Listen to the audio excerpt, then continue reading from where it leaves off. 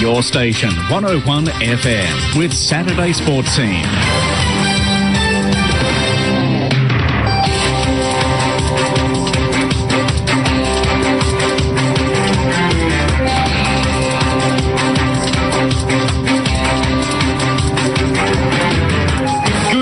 And welcome to Sports Scene for another week here on 101 FM. Kevin Braysher here with you as always, taking you through the latest and greatest news from the world of sport. And it's a big week. The NRL is back. Everything's flying at the moment. The cricket, the Aussies wrapping up a great series win over there in South Africa as well. Plenty to talk about. Joining us on the panel to talk to us about sport this morning, as always, the founding father of Sports Scene, Mr. Darren Madigan. Darren, welcome back to the show. Good morning, Kev. Good morning, everybody. Huge week in sport as per usual, and we'll cover it all in today's show. Birthdays today. Don't normally do birthdays, but this is a big one for cricket fans. Sir Isaac Vivian Alexander Richards turned 62 yesterday, one of the top 5 cricketers according to Wisdom of the 20th century. Very good. Brilliant stuff there. Also joining us on the panel this morning from the AFL Queensland Hall of Fame, the Southport Sharks, Mr. Craig Crowley. Craig, welcome to the show. Terrific to be here, mate. Yep, it's all starting in at the footy's all go, and it was an exciting game last night. It was even though not the code I follow, but it was just it's a great start. Well, speaking of your code, mate, the AFL season not very far away at all now. Yeah, it's sort of it's strange sort of setup, like with all the practice matches in the NAB challenge. No cup, no real big changes of rules apart from what's going to go through. It's a little bit. It's a bit strange because it's not one game finished and right now the proper season started. It sounds like it's already been going to a certain extent, so it's going to be interesting. Absolutely right. And rounding out the panel this morning from the raw.com.au Rugby League Player Magazine, Mr. Chris Chard. Chris, welcome to the show.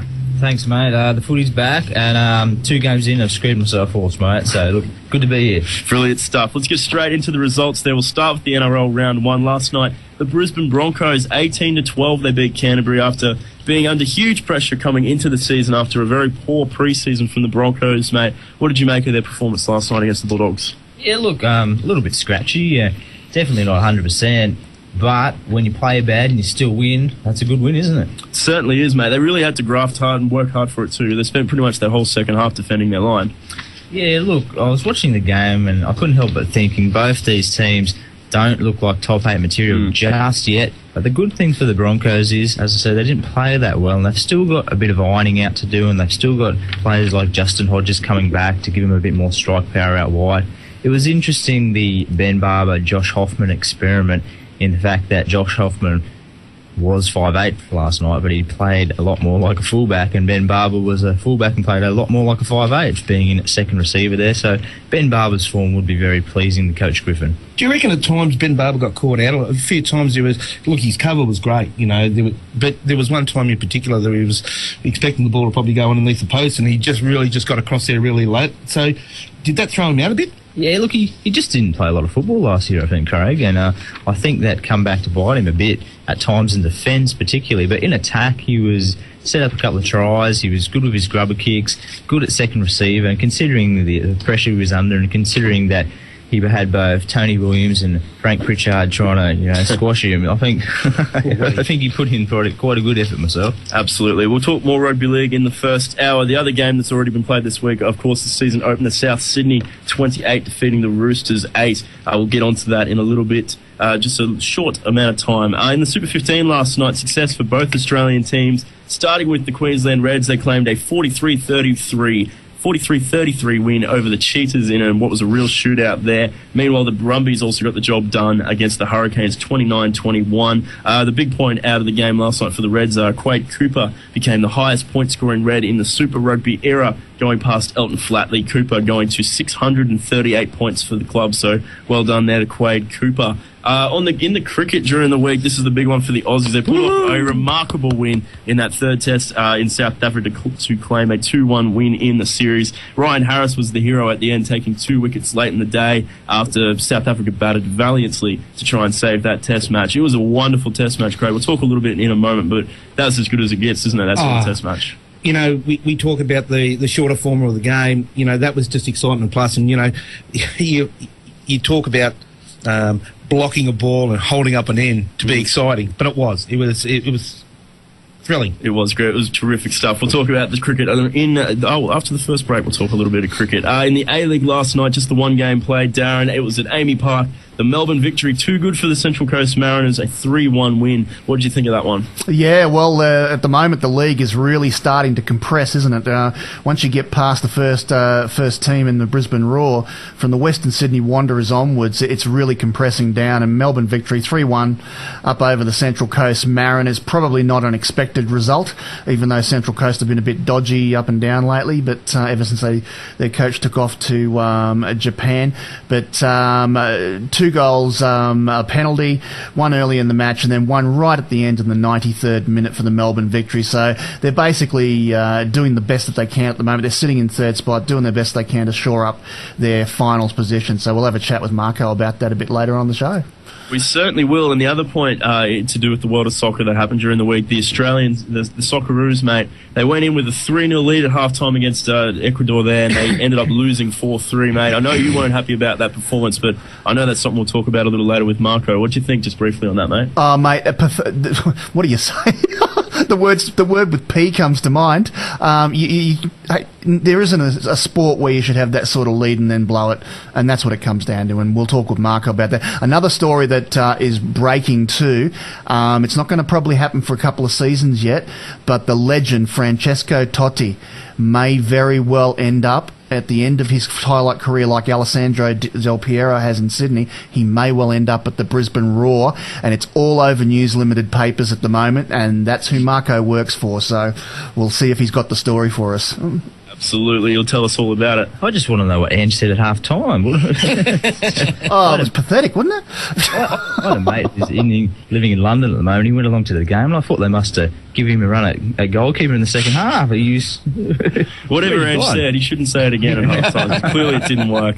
In the basketball last night, the NBL, the Melbourne Tigers 97 defeating the Breakers 84, and the Perth Wildcats 81 defeating Townsville 69. Darren, what else have you got for us this morning? Sure, we haven't got a lot of scores going on at the moment, but because in tennis we're in the big one. This is Indian Wells, the biggest tournament probably outside the 4 Grand Slams, and of course the end of season invitational tournament where only 8 players get to play in that tournament. But this is the big one. It's a 98 draw. It's a week and a half playing tennis, and all the big guns are there playing. And we go from here and then across the other side of the country to Miami afterwards to play.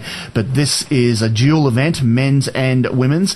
And whilst I haven't really got much in the way of the big guns playing, because all the top seeds get a bye into the second round. That's how they get around not having to play a full 128 Grand Slam draw.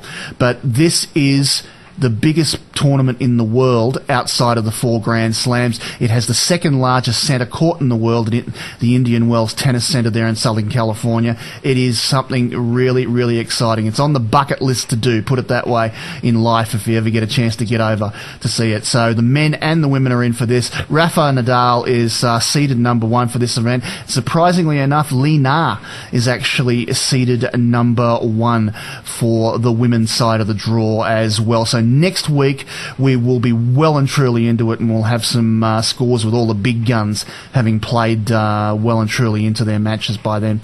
Puerto Rico Open, it's a middling event. I mean, a lot of the guys haven't turned up to play this match in the PGA, even though it's worth 300 FedEx Cup points, $630,000 winning share, but a lot of the big guns haven't bothered for this one. James Driscoll is 12 under at the moment after a 69 and a 63. Best Aussies, Danny Lee sitting in 14th spot, equal 14th at the moment. Stephen Bowditch is sitting in tied for 25th, and Brady Watt tied for 33. That gives you an idea. Oh, Rob Pampling in 40. So that gives you an idea. It's not a huge tournament, and a lot of the guys are using the week probably to take a bit of a break on that one.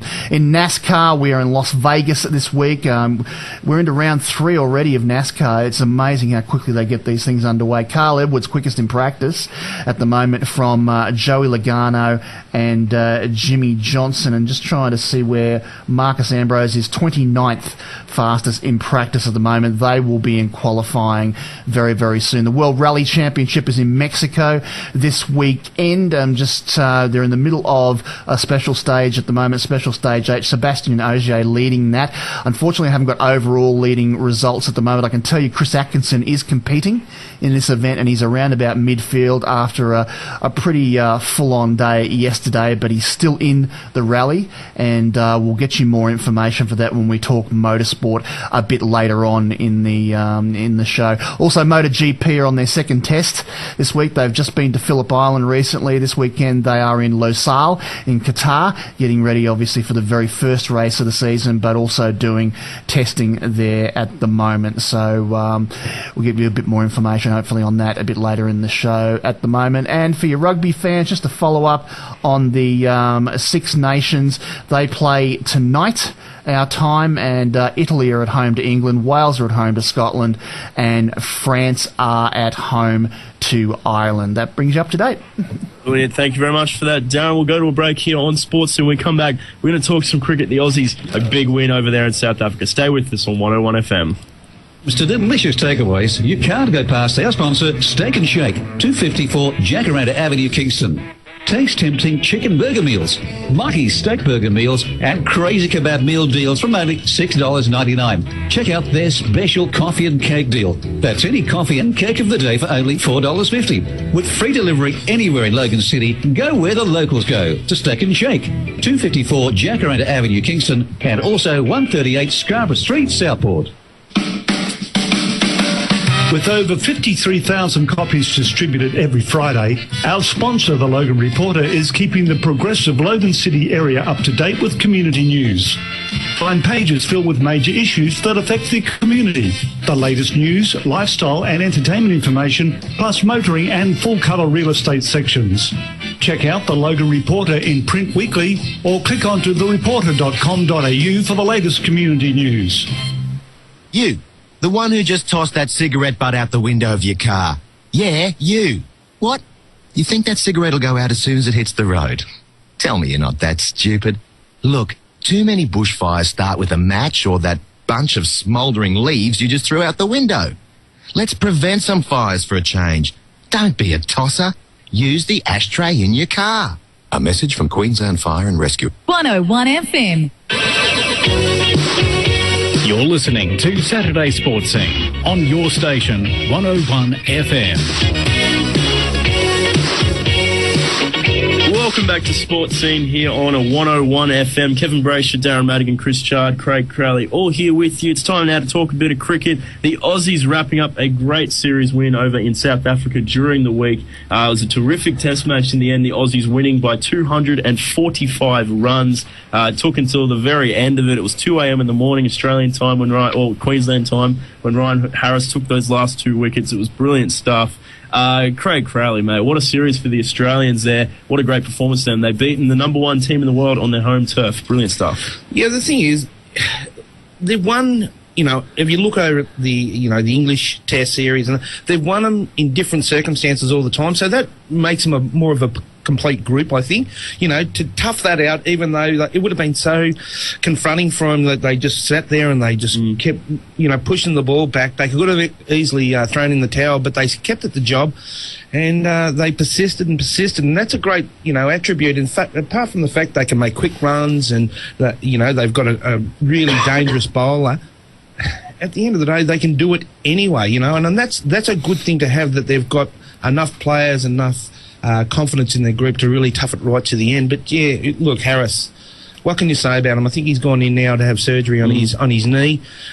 He can hardly walk at the end of it, but he still keeps fronting up and bowling. And at the age he is, he's just sensational. And he actually was one of the bowlers I was looking at. The wicket that got de Villiers with the new ball, it was actually, you could see him roll his hand across the seams like genuine old leg cutters, and it was just a ball that just left him enough to take the edge, and he knows how to bowl. Like, you've got the express, you've got a consistent spin bowler in line. They've just got everything going right at the right time, and he just bowled superbly, Harris. And what a huge wicket that was. AB de Villiers, 43 from 228 balls. He was a rock in the middle of the order there. Yeah, look, it was interesting there. I think there was more leaves in the Daintree rainforest and there's more blocks in Legoland.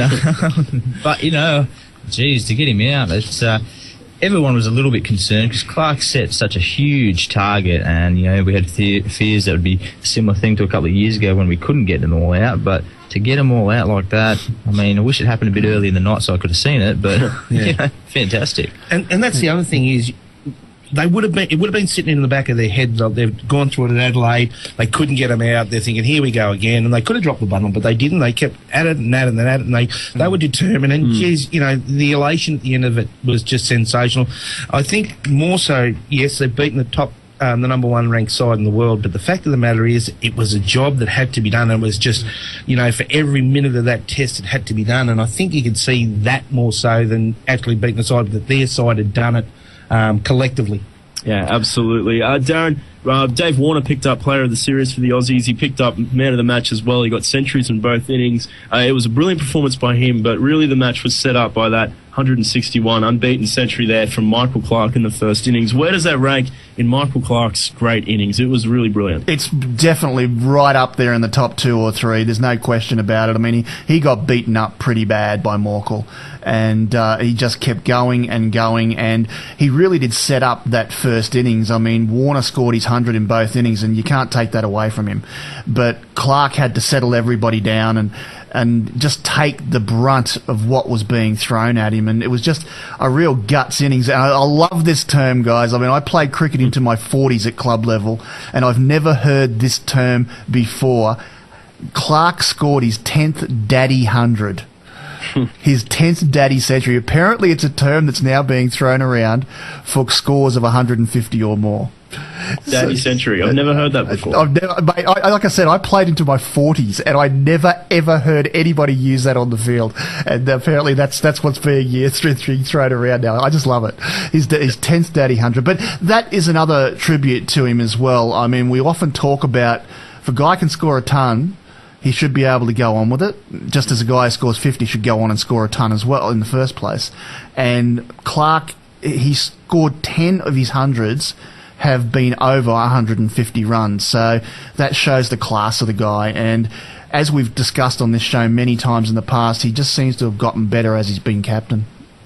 10 out of 27 centuries going on more than 150. It says it all really about Clarke. And, you know, it was 11 innings straight where he scored 25 or less. So it was an unbelievable knock from him there. But the Australian batting lineup has been under all sorts of pressure for, you know, more than the last 12 months, Craig. But do you think they finally settled on a pretty solid batting lineup there with those 6 guys? Look, you know, Warner making a lot of runs does help at the top of the order. Yeah. And Clarke coming, you know, into that situation. Steve Smith as well. Steve Smith, exactly. And, you know, probably the biggest thing is Brad Haddon, who was our saviour probably in England, hasn't performed, you know, at this time. So, look, you need we talked about it, we needed stability at the top. Look, there is still probably an issue at number 3, Doolan and Marsh, whoever you decide to go with is. But it's not just them two. I think Kawaja's making a lot of runs. Also, you've got, forget his name now, Phil Hughes. Like, they're all putting their hand up. Technically, I suppose Doolan and Marsh are the guys you probably should go with as number 3 batsman, being your more correct and probably best batsman. But you can't eliminate Kawaja, and he's just got to keep performing at that level. But, you know, outside that, you know, Smith, Clarke, now Watson, you know, it was probably I really praised Shane Watson on his efforts during the test because he was a bit of a sacrificial lamb. He had to throw his bat there where he really needed to go in there and make some runs and graft and, you know, get some form back. And he did stuff for the team which I thought was tremendous, and it had a real go. So in that regard, I think, you know, they've got that right. Him batting at 6 is probably pretty important. So when you look, there's going to be a problem with Doolan and all that number 3 spot, but I think if they persist with these sort of blokes, they'll be better for it. I think they finally listened to you, Craig. You called for Shane Watson to bat at 6 about 12 months ago. They finally listened to you, what mate. Can you do? Before we move away from the cricket and get into the rugby league and everything else, Darren, Graham Smith announced his retirement. What an amazing career he had in his time almost in every match he played as a South African player was as captain. That's a remarkable feat on his part. He had a wonderful career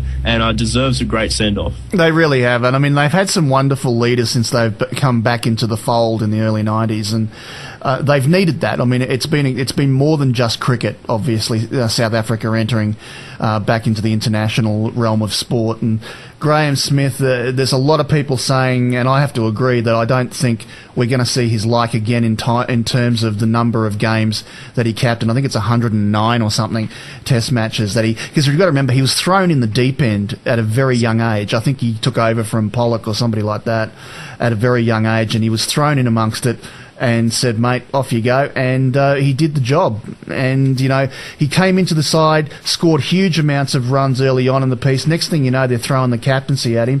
And here it is, 2014, and he's still there. Absolutely. It was probably...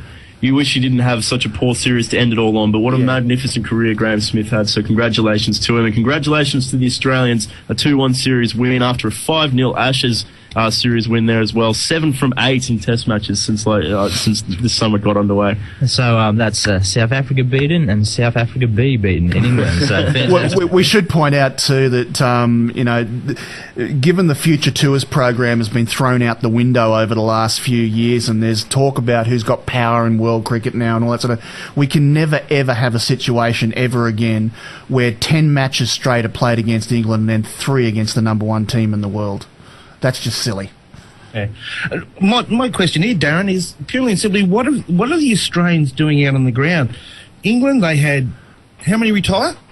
Oh, they've had 2 major players. Dropped. Graham Smith's gone. What are they doing out there? Are they that intimidating? Jack Cullis retired before the series. He knew something was going to happen. So I'd hate to play the Australians at the moment. I think they're a bit scary. Well, I think we've got to put it into perspective though.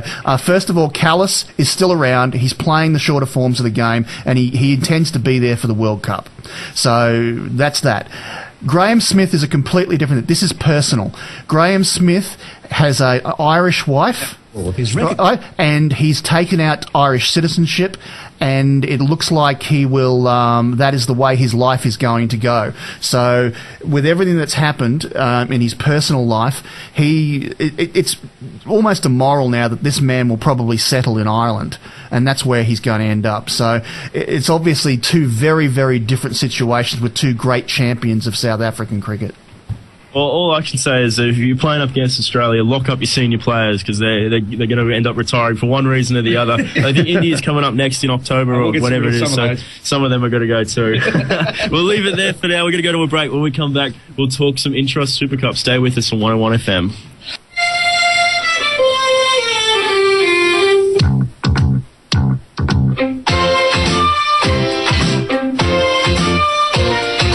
You're listening to Saturday Sports Scene on 101 FM. Welcome back to Sports Scene here on 101 FM. Kevin Braysher, Darren Madigan, Chris Chard, Craig Crowley, all here with you. We're about to go into the Intrust Super Cup, the Queensland Rugby League, but before we do, there was one point I forgot to touch on there with the cricket. Some suggestions during the week that the Aussies took their aggression too far in this series. Guys, how do you respond to that, Craig? I'll ask you first, because I think it's a load of rubbish. Well, look, unless it's personal, and it really has gone, and it has been at times, against the South Africans. That has been a case. They quashed that. The woof woof. That was all in good jest. And Michael Clark, throwing the fingers around at the umpires and all that sort of stuff, and saying, look, that happens. It takes 2 to tango, and when you're winning, it sounds like you're the aggressor. Right. But in this situation, if they've given it, Michael gave a hell of a lot to Clark. So at the end of the day, as long as you can walk off the ground, which they did do, and shake hands, I think that's important. Absolutely. And we saw it in England as well when we were over there, how much they gave it to us, their press, their fans, everything else. It goes both ways. As long as you shake hands at the end of the day, it's all cricket, I reckon. I reckon we're all with you on that one. But we've got to move now to the Intrust Super Cup. Let's get into it. Round 2, round 1 of raging success. The PNG Hunters getting their win in their first game on TV, which was brilliant stuff to see. But before we get into the rest of the round, the South Logan Magpies, well, they had the bye last week. They had to sit it out. They've got their first game of the year coming up this weekend. It's tonight, actually, 6 p.m. up there at Stockland Stadium and up on the Sunshine Coast. They take on the Falcons, who are coached by Ivan Hanatscheck. How do you see this one going, Chris? How do you think the Magpies are going to go in their first outing of the year? Yeah, look, the Sunshine Coast had a tough season last year, and they didn't play as good as they thought they might in the first round. They got touched up there pretty badly. So they'll be looking for a better performance in front of their home fans. In saying that, though, South Logan, I think they're set for a big year, so I'm pretty comfortable the Magpies will get the points tonight. They've named a pretty strong side as well. They got the Raiders influence that they didn't so much have last year. They got guys like Jordan Rapana, Jack Ahern, Sam Mataora coming into the side there, along with guys like Matt Pittman, who was the runner-up in the Player of the Year vote last year from the front row. Phil Dennis, the skipper, in the back row there. Of course, coached by Josh Hannay. They got a real strong lineup this year, South Logan, and I think they're going to surprise a lot of teams. Yeah, look, an extremely strong side. I mean, Magpies are always a tough team to play, always a very physical side, but just that little bit of polish of those NRL players, which unfortunately the Sunshine Coast hasn't been able to set up. I know there's talk of the Sunshine Coast, if there is another Brisbane side admitted to the NRL, the Sunshine Coast are probably first in line to become a feeder club for that. But yeah, just that lacking a little bit of polish, and I think South Logan will have the money tonight. Should do. The Sunny Coast, of course, they had their first game of the season last year up against the Northern Pride. They had to travel up there to Barlow Park. 36-0 they went down in that one. You'd have to think it'll be... how do you think their learning process is going to go with a good coach this year on that side, and of course a long way to go? How are they going to go competitive-wise this year in the competition, Chris? Yeah, look, I think they were a lot better last year than people might have given them credit for. They toiled really hard, and they didn't let too many games get away from them. It's going to take them a little bit of time to get used to Ivan Hanatscheck's coaching style, and you probably won't see the best out of them for another 4 to 5 weeks. And as you said, they had a pretty tough game first up. The Pride have been one of the benchmark teams for a few years now. So, but look, I think they'll come good. I think it'll be the first month of competition. They might not get their win, but I think they'll come good. Sure thing. All right, let's get through some tips for the rest of the round. First up, the PNG Hunters have their first home game of the season. They host the Mackay Cutters, 2:30 p.m. this afternoon. There's been great scenes of people coming out to check out, excited that the Mackay Cutters are there and excited that the Hunters have got their first home game of the season. They got away to a win last week against Redcliffe. It was great stuff. How do you see this game going down, Chris? The PNG Hunters up against the Mackay Cutters, 2:30 p.m. this afternoon. Yeah, look, it's an interesting one, and a lot of people have probably been writing the headlines before the game's been played about PNG. I mean, there's talk of them celebrating like they won a grand final victory against Redcliffe, which I don't think was the case. I agree. They looked very controlled. I think there was a lazy headline being put out. They looked like they were focused. They looked like they were ready for a long season. I think 3 of their first 4 games are at home, so they're going to get off to a raging start this year. Yeah. They're going to be playing in front of a good crowd over there, and it's not in Port Moresby as a lot of people have been making out. It's actually at a whole different part of Papua New Guinea, and it's they've purposely built this stadium. They've purposely got this set up. But look, I think the PNG guys are going to have a really big season. I think they're going to make the finals, and I think they're going to start with a win at home today. Just on that comment made there with the media and the way they've sort of been reporting to it, I totally agree with that. I think a lot of it too, I found, not to criticise the commentary team and the rest of it, but I felt like it was a little bit condescending the way they covered it, in that, oh look, they're having fun, they're out here having fun, this is the way they play. No, this is a very serious football team. They're taking it very seriously. You can tell by the way that they've trained in the pre-season and the way, I agree, I think they're a lot more composed than it's sort of been portrayed in a lot of places in the media there. I'm with you 100%, mate. Yeah, look, there's always this stigma that the PNG sides like to get out, they throw the ball around, they throw it over the head and behind their back. It wasn't the case. If you watch that Hunters game, there was a lot of control in that game. I mean, they did have their flashy moments, and they did probably not complete as well as they would have liked to, but there's some really good structured play in that, and I think I wouldn't be surprised if 3 or 4 of those guys playing that side are going to be running around in NRL sides next year. There's some very, very good players in that team. Boys, too, I just did a little bit of looking up while you were talking on that, because, I mean, I must admit I should have done my checking up too on whether it was in Port Moresby or not.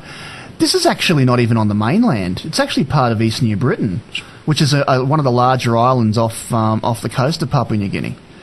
Yeah, look, I mean, it's where they had the Prime Minister's 13 games last year. Sorry, my pronunciation is pretty bad, but Koroba. But it's more like a touristy area of Papua New Guinea, if what I've read is correct. It's a sort of beachside, a bit more coastal area, but they've purposely built a stadium for this. So, yeah, look, it's out of the hustle and bustle of Port Moresby, where the old Port Moresby Vipers used to play in the Q Cup years and years ago. So, look, I think they're trying to show a different side to Papua New Guinea, and it's a bit of a rebirth for PNG Rugby League as well. So, look, I think they've done everything right so far. It's just how they're going to go over the course of a long season with lots of travel. So what's your tip for this game, PNG up against Mackay?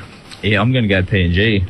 Yeah, me too. I think there's going to be a lot of eyes on this first PNG home game, and I think PNG will get the win as well. The next game we're going to look at, Ipswich Jets up against the Tweedhead Seagulls at North Ipswich Reserve. That's tonight, 5:30 p.m. The Ipswich Jets, they got away. They went down last week, actually, I should say, to North's Devils at home. Are they going to get a win this week? Look, I mean, Tweed played very well last week. They only just went down to win them away from home. They've got a very settled side. Ipswich, yeah, look, they probably would like to improve on that performance last week, but it's going to be a tough game. It always is between these two teams, but I quite like the Tweed in this. I think, again, the Tweed are a little bit underrated this year. They're not expected to figure in the finals, but they only just missed out in the finals last year. They've got a very stable side, plus they've got not a bad little Titans influence in there as well, so I think that'll help them out somewhat. I think so too. I think the Tweeders, they're a club that seem to always be a little bit underrated when it comes to this time of year. I think they'll be there or thereabouts once again this year. Yeah, Queensland conspiracy, mate. The Central Queensland Capras up against the Northern Pride. That's at Brown Park at 6 p.m. tonight. The Capras, I was down at that game against Burleigh last week. They showed some good signs in patches, but a little bit off the pace against Burleigh. How do you think they'll go against the Northern Pride? Yeah, look, you'd have to say Pride are favourites for this one, prior to putting in such a good performance last week, and the Capras a bit off their game. The Capras, look, they tend to, they haven't, I wouldn't say they've struggled for a while now, but definitely they haven't been amongst the front runners. And again, this year, looking through their squad, they probably don't have the depth that some of the other teams have. So, look, I will tip the Pride in this one, but you hope the Capras are going to have a pretty good year this year. Absolutely. Let's get on now. The Winner Manly Seagulls. This is the TV game. Winner Manly Seagulls up against the East Tigers at Courier Oval, 2 p.m. This is one of the great rivalries in the Queensland Cup, mate. How do you see this going? Yeah, look, it'll be a great day there. Always a big game. Both of these teams will feature quite heavily deep into the season. I think East are probably the team to beat this year, and Wynnum would be looking for a big year as well. Toss of a coin, this one. Both got wins last week.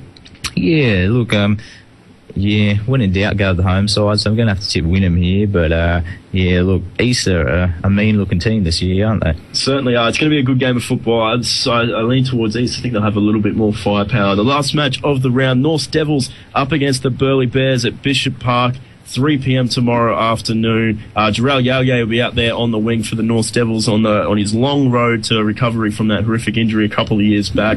Burleigh getting a win last week. North's getting a win last week. Should be a good game of football. Who do you think will win this one? Yeah, it'll be a big game up at Bishop Park there. Well, I think Burleigh have rebuilt quite nicely. I think last year was probably below expectations for them. They've been such a quality club for a number of years now, but Norths are no mugs. Again, a team that I think is going to go deep into the postseason. Yeah, again, toss of a coin. I think Burleigh are probably still ironing out a few kinks there, so I'm going to go to the North Devils. Yeah, Burleigh, plenty of potential on that side. A lot of guys that they brought into the side that weren't there last year. Guys like Hanari Wells, who was in the New South Wales Cup team of the year last year. Siatomo Licky in the centre. Steve Michaels makes his return there.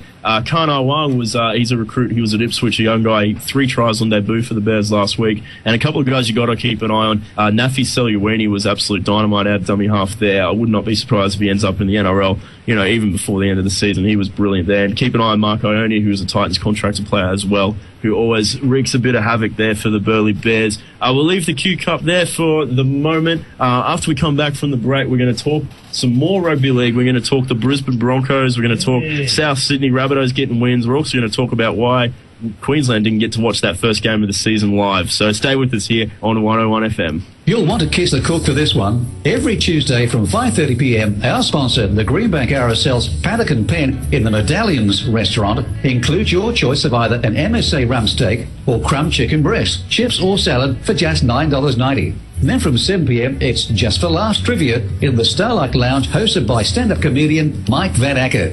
Test your knowledge with a weekly prize pool of $500, open to members and guests. Love gives you something back. There's doors for every purpose. Bifolds, pivot doors, entrance and internal doors for both commercial and domestic use at Door Discounters in Underwood. Our sponsor has top manufacturers like Hume, Corinthian, Trojan and more. Door Discounters even customise and install doors to suit your home. Satisfaction guaranteed at Door Discounters just down the lane at 52 Kingston Road, Underwood. Call on 38 41 0566. An independent lifestyle awaits you at St Paul de Chartres Retirement Units at Baronia Heights. New 2 and 3 bedroom units are available for purchase with built-in garages, spacious living areas and courtyard. You'll relax in beautiful landscape gardens. There's even an on-site chapel, a well-appointed community centre, village bus and much more. St Paul de Chartres Retirement Units, 12 Frederick Street, Baronia Heights. Call our sponsor on 3800 7188. 101 FM.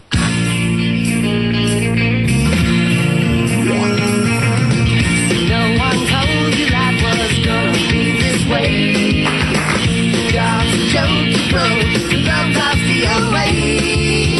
It's like you're always stuck in second gear, and it hasn't been your day, your week, your month, your year, but I'll be there for you, 'cause I'm there for you. Welcome back to Sports Scene on a 101 FM. We were going to do the NRL segment live, but due to daylight savings, it's not possible, so we're going to put on an episode of Friends instead. Thanks to Warner Brothers there for that audio. Look, yeah, the first thing, before we get to the rugby league, mate, it's been, plenty of Queenslanders upset about the fact that they had to wait an extra hour before they had to watch that opening game of the season. The Roosters up against the Rabbitohs. Daylight savings was the reason they gave, but every other state in the country got to see it live. Western Australia, South Australia, Northern Territory, Tasmania all saw it live. Mate, your brother got to see it live, Chris. Yeah, my twin brother's doing some charity work in Tanzania, and he saw the game before I did. So happy days. Yeah. Unbelievable stuff there. The reason they were giving it for it, Gould came out and defended on Twitter that they have to show the news first. They got to show the news out. What they do, they had the news from 6 till 7, and then a current affair from 7 till 7:30. Then at 7:30, the footy came on, and we still had like 45 minutes of pre-game stuff with Foghorn Leghorn and all sorts of nonsense. But look, mate, they did it all season through the cricket season, all summer through the cricket season, I should say there. Whenever they went to the news, they moved the cricket over to Gem. So if you wanted to watch the news, you could watch the news. But if you want to keep watching the cricket, flick over to Gem. That's what the whole point of the thing is for. But on Gem, they were showing reruns of Friends, hence why we had the Friends theme playing before, mate. What is going on with Channel 9? Why does Queensland not get live rugby league when everyone else does? Well, it's not fair, mate. I mean, the insulting thing was last night they did put it on. So, I mean, they're quite capable of doing it. But, I mean, if it's not the Broncos, we don't get it. Look, it's just plain insulting, really. And, I mean, for Phil Gould, a Channel 9 employee, to come out and try to defend it on social media is, extremely ironic for the fact that, one of the bad things is when it's not live, you can't use social media. Exactly. And, you're a rugby league journo, Kev. I want to be rugby league journo. And when we can't get on social media to talk about the game live, it's pointless. It's like a book you've already read. Right. And reading it again. I mean, it really is, you think, are all these 8 in a row Queensland victories, is starting to seep into a little bit, is a little bit of antagonism there, and they don't want to show us live. It's just, it happens every year, and we're just fed up with it. How about a little bit of respect for Queenslanders? Just a question, was the TAB an hour behind too, because of good opportunity to get on? It's an excellent question, mate. Not a betting man, so I don't know the answer to that one, but it's an excellent question. I've got another question too. Yeah, mate, go. Chris, are there two of you? That's what, mate. Twin rugby is floating around in Africa somewhere. I don't know what's scarier, the fact that Channel 9 couldn't get it right in one of the states, or the fact that you've got a twin. That is news. We didn't know that here. So we're all learning stuff here on SportzScene. The other thing, as far as, the other question I want to ask, people often accuse the game of being Sydney-centric. There's 7 games in Sydney this weekend out of the 8 games. The only game that's not in Sydney is between the Cowboys and the Raiders. There's no Sydney team involved, mate.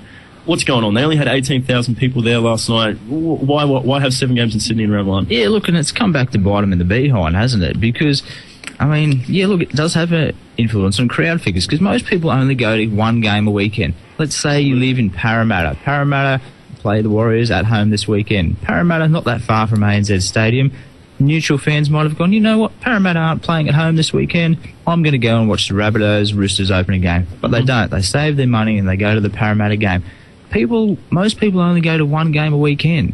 And when you put 7 games in Sydney on a weekend, yes, it's going to dilute the crowd numbers. In the lead up to this week, there was a big press conference, and basically it was with Barry O'Farrell, the New South Wales Premier, and the Rugby League, and talking about how they've got free transport to the games, a big hoo-ha, something we've had in Queensland for the last decade, mind you. Yep. So there's this big tie-in with the New South Wales government. So they're obviously trying to push, that relationship between the New South Wales Labor government and the Rugby League, and they put all these games for the opening weekend in Sydney, but really it's diluted crowd figures, and I think it's made the game look a bit silly, because we're trying to promote it as a game that's big in Australia-wide. If we had a big game in Melbourne, boom, big game in Brisbane, boom, big game in Townsville, boom, game in Auckland, boom. Melbourne versus Manly would have been a huge game in Melbourne. Yeah, exactly right, especially with no AFL at the moment. They would have gone in there and got their fix. But just on that, Chris, I haven't seen the NRL draw. Is there a good chance, if there was a lot of Sydney games, there's going to be a chance during the course of the year, there's going to be a lot of one round that's going to be a lot away. So that's going to hurt the Sydney population, where they can't, if there are people there that want to go to a game or just follow just football for the sake of it, one's just going to go somewhere else. The thing that gets me, and then they'll have the argument, look, there's no game in Sydney this Sunday. But exactly. And the next thing is, next weekend, both the Broncos and the Titans have a game at home. Why don't they alternate it so every week in southeast Queensland there's a game for fans to go to? We live, here in Logan. We're halfway between Brisbane and the Gold Coast. We can go to either Brisbane game or the Gold Coast game quite easily here.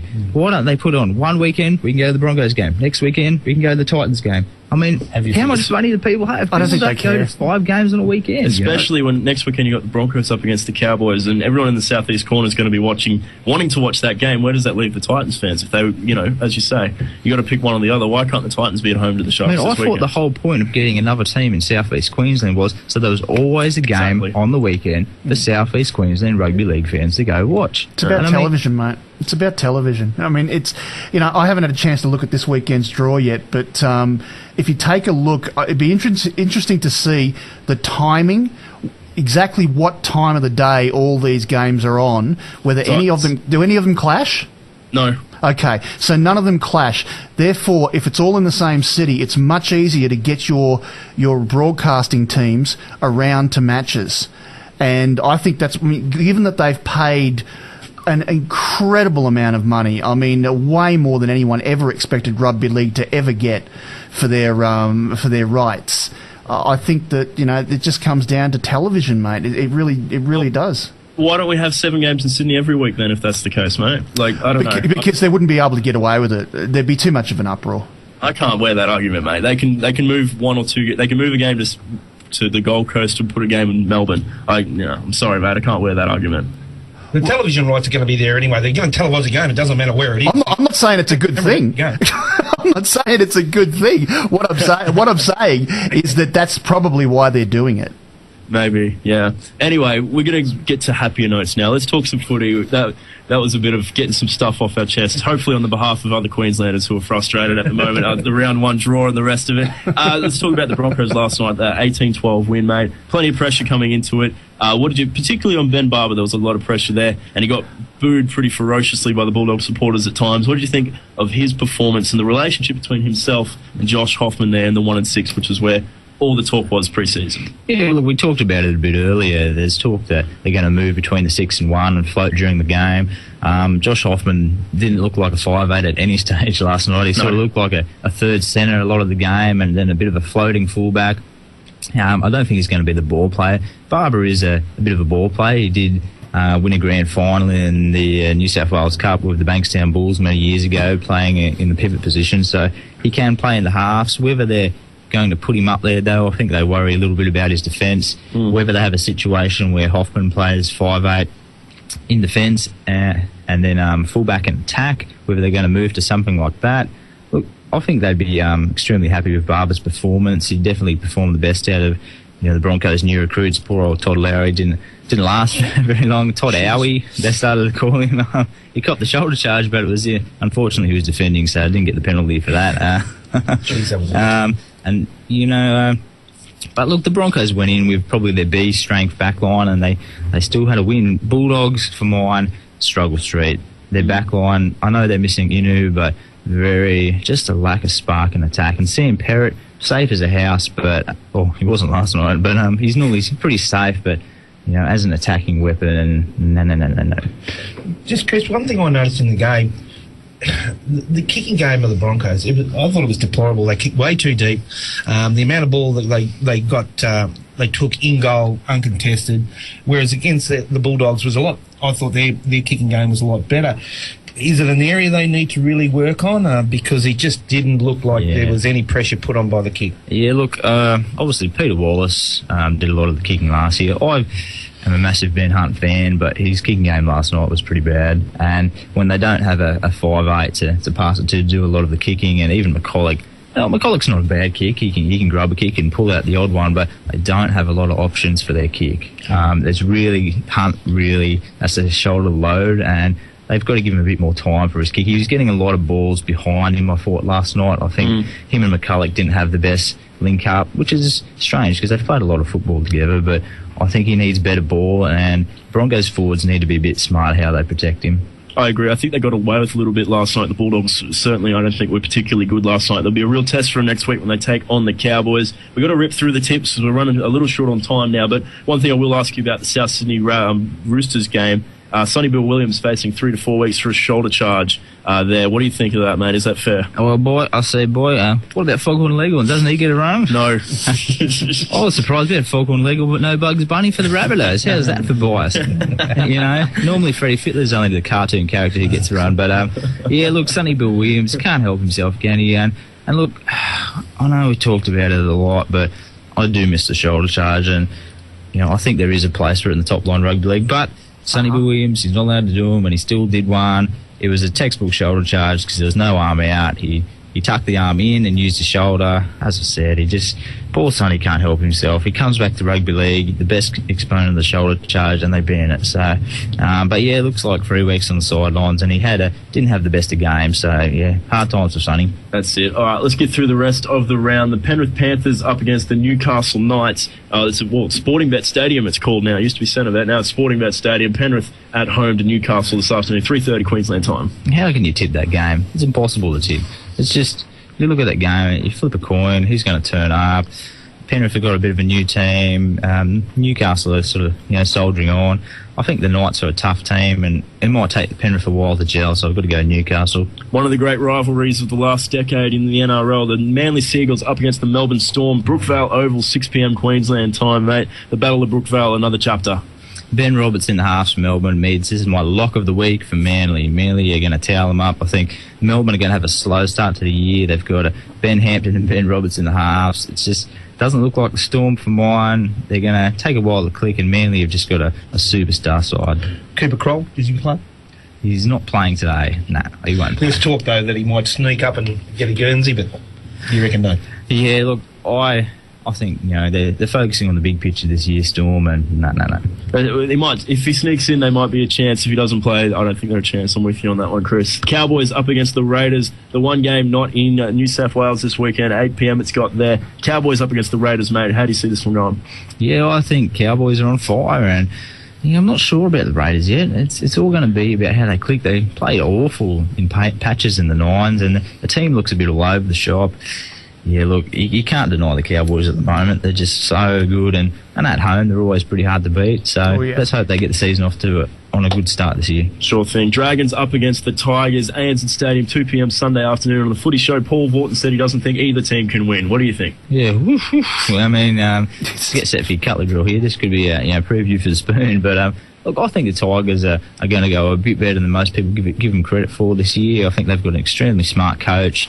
Whether he can turn the loaves and fishes, into something special, but I'm going to go the Tigers here. I just think the Dragons are. Yeah, the price is wrong for mine. The team you tipped for the spoon up against the team I tipped for the spoon in that one. It's a spoonathon. That's it. 6:30 p.m. On Sunday night, or 5:30 Queensland time, the Eels up against the Warriors. Whoa. Well, yeah, the Warriors again. I mean, geez, they should win, the Warriors on paper, but paper it rips, doesn't it? So I mean, how can you tip this game? It's another one of those ones you just don't know. Look, I'm going to go the Warriors on the back of their nines form, and they should have enough firepower to beat Para, who've got a they're still sorting out the bugs, Para, so I'm going to go the Warriors here. I got a sneaky feeling about Para. I'm going to tip the upset. And then Monday Night Football, Reminder Stadium, the Sharks against the Titans. Yeah, look, this should be a good game. The Titans, what do the Titans always have to play against the Sharks first up when the Sharks have just been kicked in the guts by the NRL? We always get a massive hospital pass here.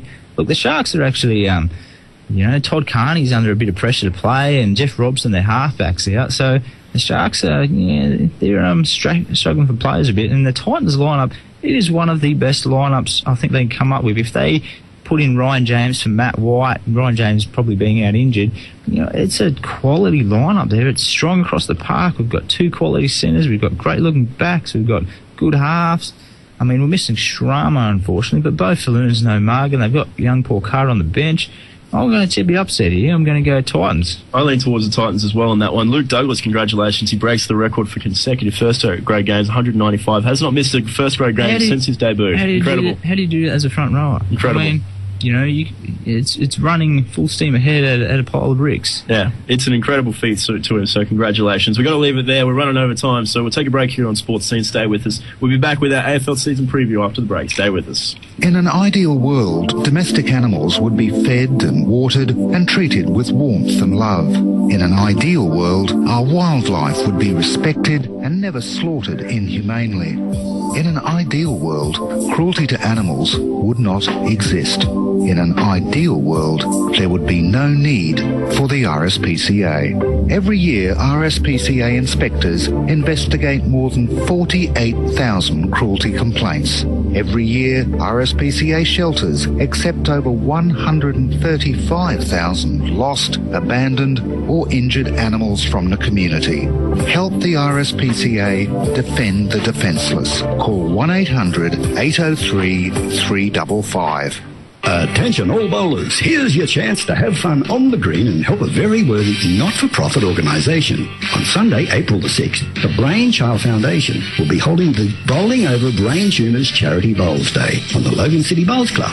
All monies raised on Fun Day will go to provide awareness, support, research, treatment and funding. There will be heaps of raffles on the day with sponsored prize money for the winning bowlers. To participate and to find out more, contact the Logan City Bowls Club, 4 Alba Lane, 3208 4366. Aluminium, aluminium, aluminium. That's all you can see at our sponsor, Direct Aluminium. Angles, channels, tubing, flat bar, round bar, sheet, tread plate and more. Call us on 3804 7444 or drop into 65 Logan River Road, Beenleigh. You need metal cut to length? No worries, we'll cut it. Want it delivered? We'll deliver within 24 hours. If you want aluminium, go to Direct Aluminium, 65 Logan River Road, Beenleigh, or call 3804 7444. That's 3804 7444. 101 FM. We finished ninth again. The Richmond Tigers finished ninth again. In any season you will see it is a fight to miss out on the eighth. We win a few, then lose a lot, and then it is too late. We just went down the drain. We've never been as good since 1982. Be it Crowley or June, Northey or East, we win a few late and just missed the eight. We finished ninth again. Sorry to do that to you, Darren. It was just Especially given we finished 5th. when Craig told me that we were doing Richmond today as one of the teams, it was on my computer. It was just too good to pass up. Welcome back to the Sports Scene. Kevin Braysher, Darren Madigan, Chris Chard, Craig Crowley, all here with you. We're going to do some AFL teams now. Some previews are going to continue. We may as well start with the Richmond Tigers, as we had the parody theme song there with them. They had a good season last year. Are they going to be able to go even better this year, Craig? I'll ask you first. To be honest with you, I don't think they will. I still reckon they'll be struggling to make the 8. Just basically for the other sides, I think the sides above them are just a lot stronger at the moment. But in saying that, we'll go through them. Obviously, the biggest pickup they've had is Sean Hampson from Carlton. Once again, you've got another tall, which is really handy. They've got Tyrone Vickery as a tall that goes forward. We can play on the ruck, and you've also got, Ivan Merrick, which is going to give them their midfield a real good service. And they've got some elite midfielders too in Delidio. You've got Cochin and so on and so forth. But at the end of the day, they have got a potent forward line. They've got some good smalls. But I just don't reckon they've got the side to beat the sides above it, unfortunately. It's going to be really tight, the AFL this year, when it comes down to the middle line. But in saying that, there's a few others they've picked up. Obviously, the one that comes to mind is their draftee pick, who got picked up number 12, is Ben Lennon. He come from the Northern Knights. The thing about the draft, there's a lot of smalls in this draft, and he's, smalls, I'm saying, not 6'6", 200 centimetres.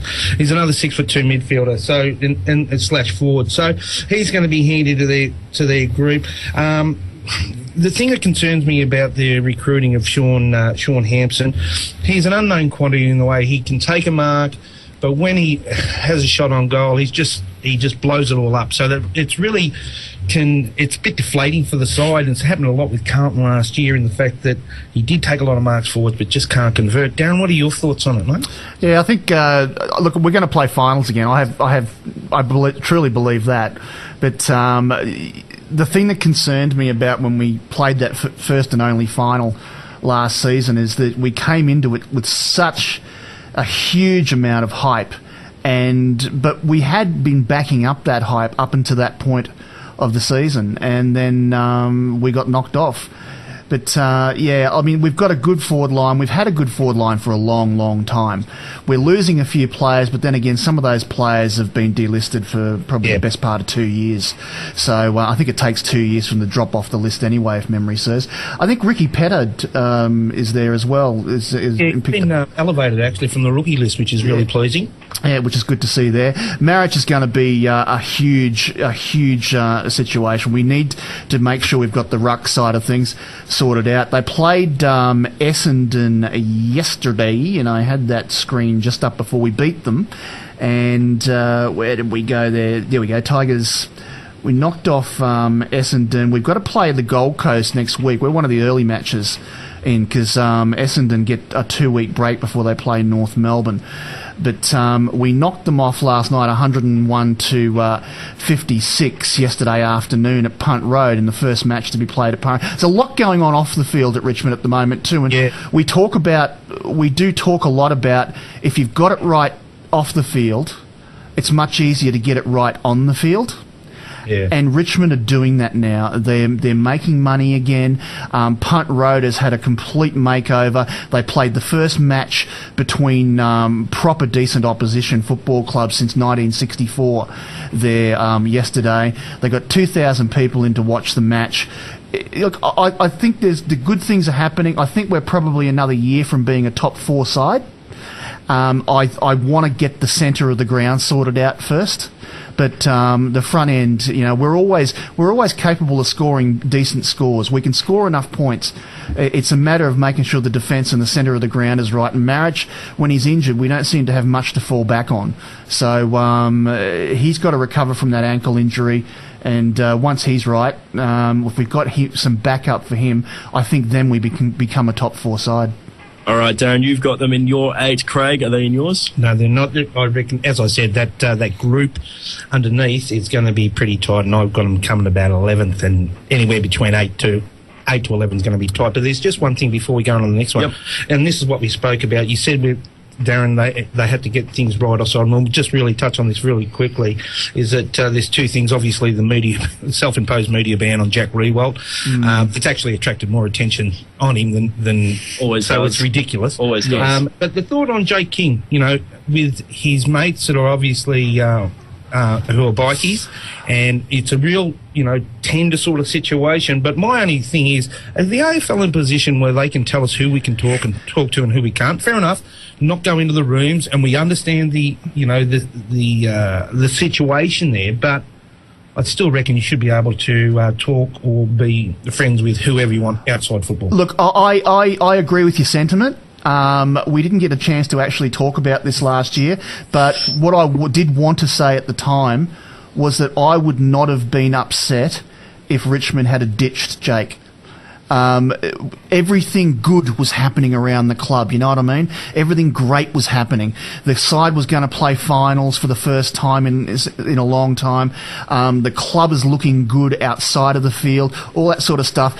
And to see people who have been accused or I don't know, maybe convicted, I don't know what the situation was with Jake's friends, how deep into the legal system they are, but you don't want those sort of people hanging around the change rooms.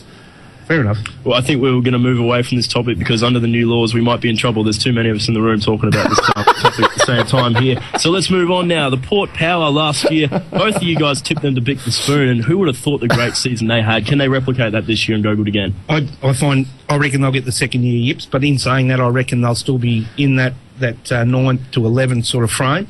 Once again, going on the thought process that the sides above them are just that much stronger. It's very hard.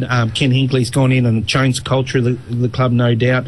But once again, the second year, this is going to be where it's really, really interesting. They've picked up in their major draft pick Jarman Impey from the Murray Bush Rangers. Okay, once again, a guy under 6 foot, obviously a small defender, which is really, really going to be hard. Obviously, a running back, so that's going to be handy for him. But a real late draft pick, 21, he got picked up in. Blokes to look out for. I reckon you really have to look to Justin Westhoff this year.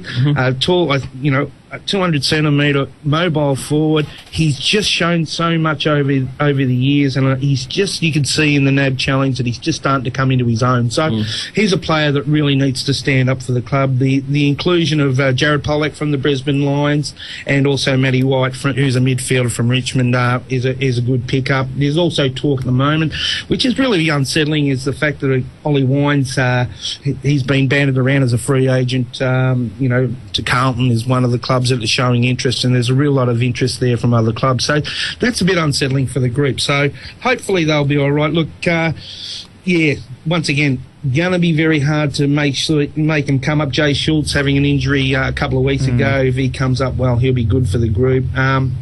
They've got a great coach, but sometimes you've got to have a little bit more than that. Are they going to be in the 8? No, just outside. I've got them finishing about 9th. Okay, fair enough. Darren, I'll ask you now. Essendon, we move on to. Got to motor through the last couple here for us, but Essendon made, of course, that horror season they had last year with all the controversy aside of it. They played some good football in amongst all that, but, of course, not ending the way they would have wanted, mate. How do they recover this year with James Hird suspended? Look, it's going to be a huge ask for them, but, they're essentially quite a good football team, and I still think they're a top 8 side. I think they'll make the finals, and the question mark will be what will happen at the top end. There's a lot of water to go under the bridge between now and when James Hird is due to come back, and whether that will still even happen. I know at the moment it will, but like I said, there's a lot of water still under the bridge. Mark Thompson is a class act. He knows how to win, and he's got a side full of, quite frankly, winners. They're a good football team. All right, are they in your 8? Yes, they're in my 8. They in your 8, Craig?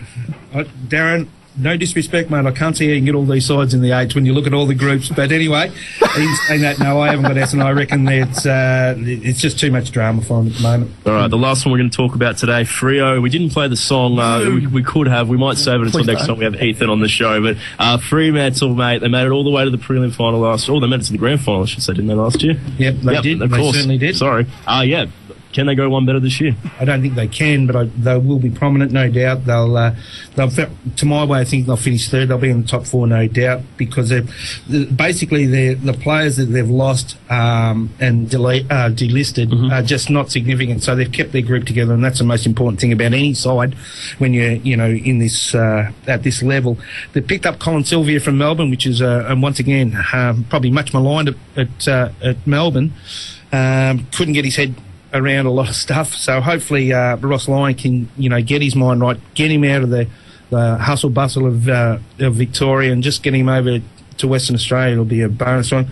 The unfortunate thing about it, they recruited Scott Gumbleton from Essendon looking for a key forward, and he's got just significant hamstring problems, and that's going to pull him down. They've recruited Michael Apinis from the Eastern Rangers. He's about the only guy that was really tall in their group, which is quite surprising, really, when you've got blokes like Aaron Sandilands, who's 6 foot and something, 7 foot and something, I think.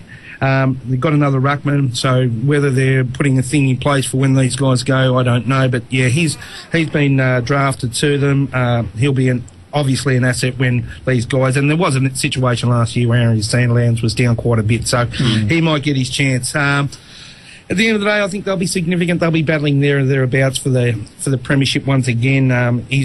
Ross Lyon did it with St Kilda. He got him there for a couple of premierships couple of grand final visits. Yeah. I've got no doubt he'll get his head around this.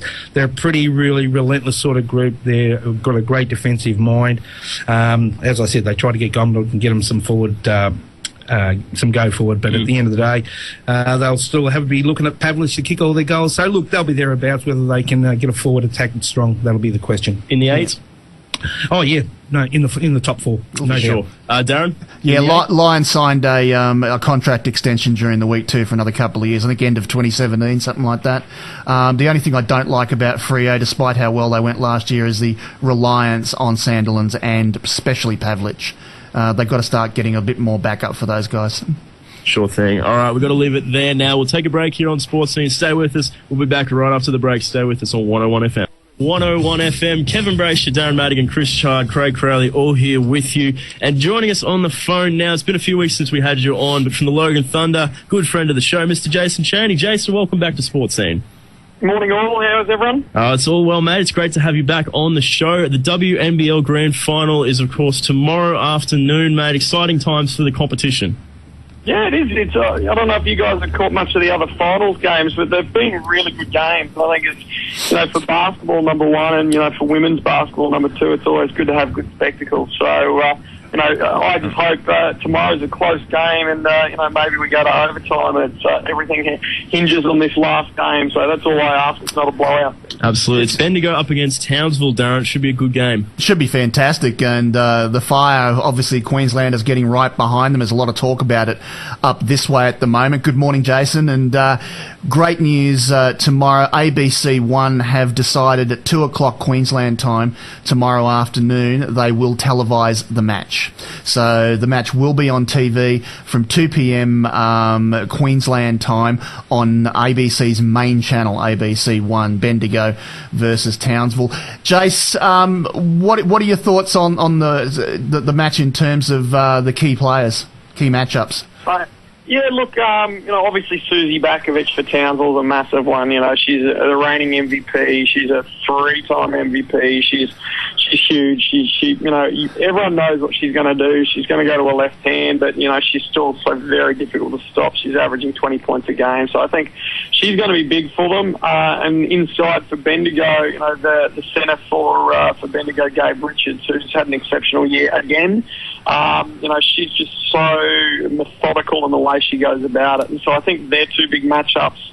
Rachel Flanagan, or Rachel McCulley, I should say, v. Christy Harrower, both of them, I'd say, will retire on the back of this game. So, both emotional, both big games. Flanny's having her 300th game.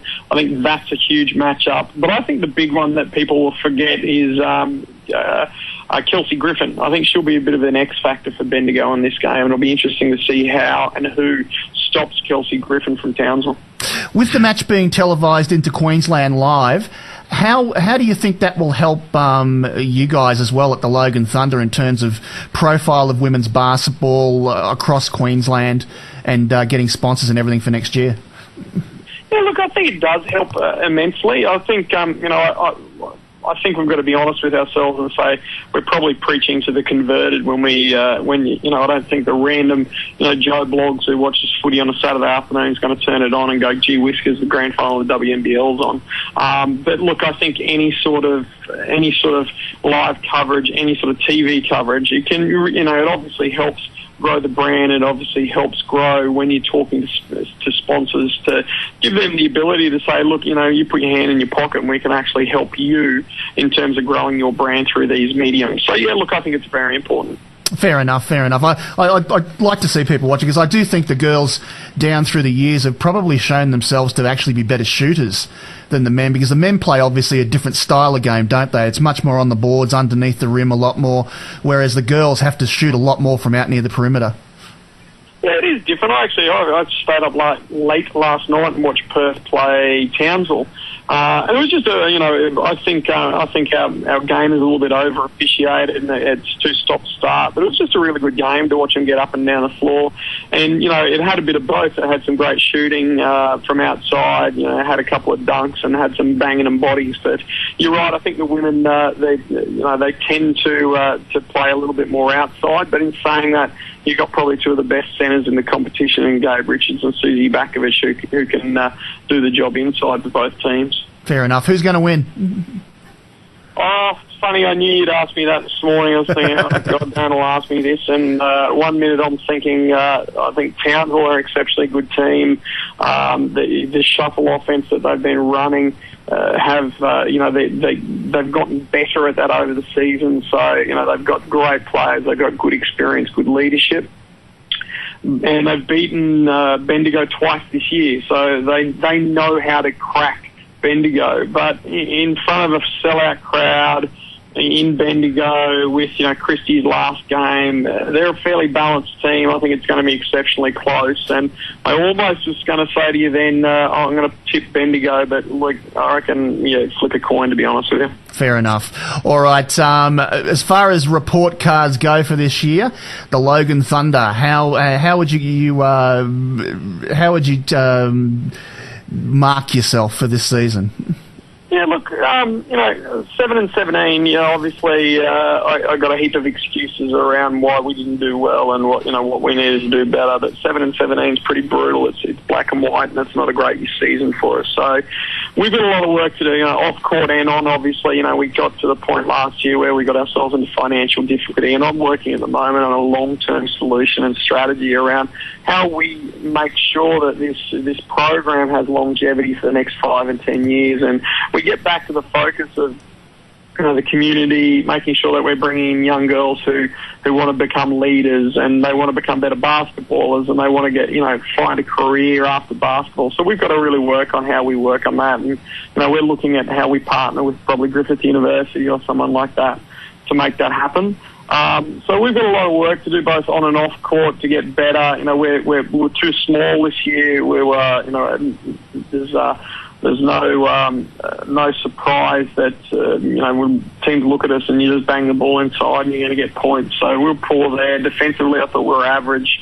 We probably lacked a little bit of leadership in some areas. So we'll go back to the drawing board, which we've already started to do, and fix the problems and put it back together. But I think it's also important that we don't pull everything apart. We've got to fix the areas and just continue to get better over time. No worries, and we'll be right behind you here at SportzScene. We'll be catching up with you periodically throughout the off-season, and we're going to name that stadium there at Logan Metro as well, but more on that in the coming weeks. Just turning our attention to the men. Perth, as we mentioned earlier in the show, got up over Townsville last night over there in Perth in front of 11,500 people. Really, probably the first game that these two teams have played in the past few months that hasn't been an absolute cracker. Yeah, Perth are a quality outfit, and you could tell that they, whatever they threw at Townsville kept coming back. But you could tell that once Trevor Gleeson was mucking around with his player roster a little bit there, and he was resting his starters. So I think he was always comfortable.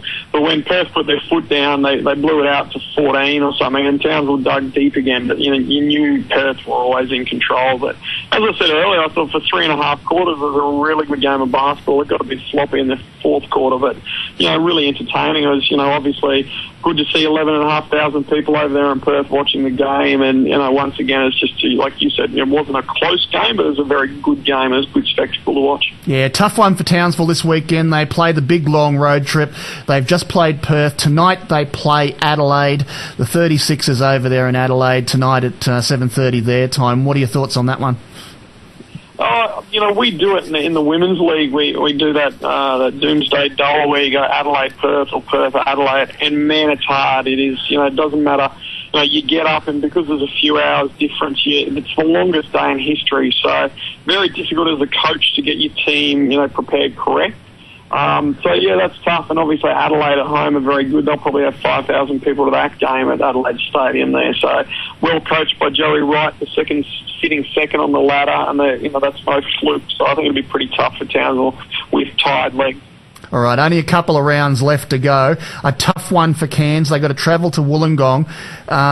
They've got to win everything from here to be a chance. Wollongong's sitting just above them on the ladder. How do you think they'll roll?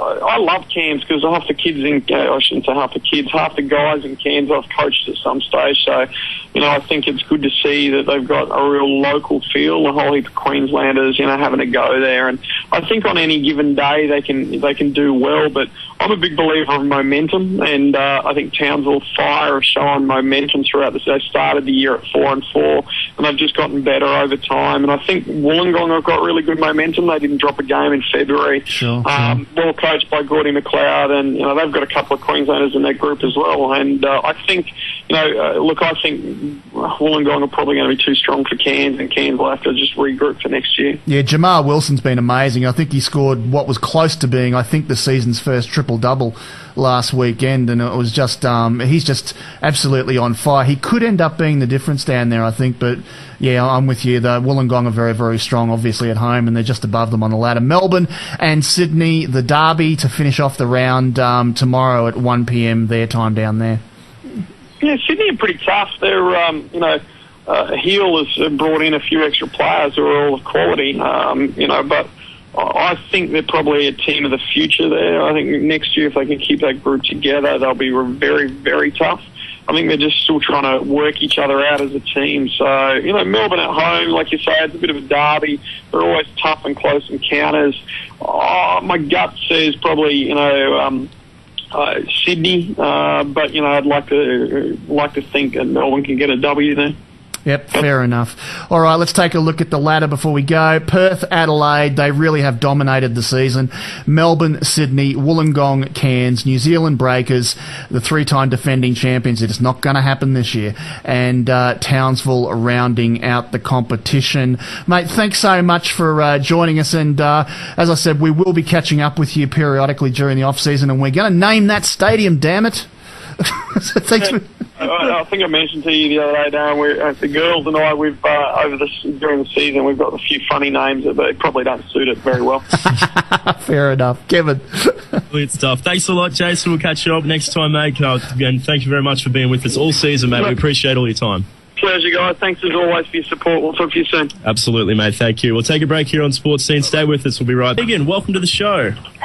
Hello, how are you? Oh, we're very good, thanks. It's very good of you to be with us this morning. Darren, what have we got on the agenda in netball this morning? G'day, Megan. It's Darren here. We've got to talk about what you're up to this weekend. You're about to head off to the Under-21 National Championships. You're the assistant coach of Queensland. We should also mention, too, you're the head coach of the Mission Queensland State League team for the Golden South Jags. Let's take a look at this Under-21 state team. And first of all, let's just take a look at a couple of girls that you've got a bit to do with at Golden South. That'd be Kate Dudley and Lauren Scully, wouldn't it? Yes, it would. That's right. Yeah, so how is the side looking at the moment? Yeah, really good. They've come together at the right time, I think. They've gelled as a team off the court, which is really starting to show when they take the court in practice matches. Good stuff. And just going through the rest of this team, I might just get you to give us a rundown. So Beryl Friday playing. It's actually what they've got. They've actually got her. They've got her. Haven't got her team here, but normally she plays. I think with the Wildcats or something. Isn't it? Tigers. Tigers. Sorry. Yeah. Yep. For Tigers again. Okay. So Beryl Friday. What do we know about Beryl? Beryl's the co-vice captain this year. Yep. As her first year at under-21s, and she's really taken a leadership role down in that shooting end. And I think she's coming into really good form at the right time. Okay. Bronte Oriole from the Cougars. Bronte is playing in the mid-court, and she is definitely a very tenacious and hard-working mid-courter who has a great defensive aspect to her game. All right. Celeste Carnegie. Celeste started with us, and she's actually not in the team anymore. She's moved to Townsville, and we now have Dora that's coming to take her place from Wildcats. All right, they made some changes there. Okay, Claudia Jones from Downey Park. Yep, Claudia is another one of the shooters, and she's working on her goal attack role at the moment, as well as consolidating on her shooting. And I think that she's in good form as well. All right, Jemison Power, a pretty well-known name around the place, originally from Bowen, as her family and friends like to remind us when we do the grand finals each year. How's Jemison travelling at the moment? Yeah, really good. She's been off court for a little bit, just with some injuries and things, and she's come back on and just working on the different areas with the shooters at the front, because some of them haven't played together for a couple of years. But I think she's doing really well. All right. Maddie Walsh? Maddie Walsh is co-vice captain with Beryl this year. She's moving across the transverse line as goal defence, wing defence, and she's looking extremely, extremely fit and very, very strong, and she's working really hard on her game outside the circle. All right. Maddie McAuliffe? Maddie McAuliffe is our captain for this year's 21s. Very, very strong and dominant mid-quarter, who's our centre wing defence, and very, very good at controlling the game and helping to dictate the attack end, as well as working as a defensive unit. All right. Stephanie O'Brien? Steph's backing up again from last year's 21, and I think she just gets better and better. Her speed and change of direction and her body strength are definitely a positive of her game. And she's working really hard on just brushing up in these last couple of days on her touches into the circle. All right. Olivia O'Donnell? Olivia's come to us from actually the under-19 age group. Yep. So we've taken her up as a young one, and you wouldn't even know. She's not out of place at all. She's very strong. She's very dynamic, and she's not taken a backward step since coming up to us. All right. And finally, Naomi Fitzpatrick from the Sunshine Coast. Yes, Naomi's another one that's come to us in the 19, so we have three of them this year with Olivia and Dora, and she's also working across the transverse line as a goal defence, wing defence. She has worked extremely hard. She's dotted every I and crossed every T, and she's just leaving nothing to chance when she gets to nationals. All right, and most of these girls would be playing in either Tier 1 or Tier 2 state league teams at the moment, wouldn't they? Yeah, they are. I think there's only a couple of them in state league. The rest are all QCC girls.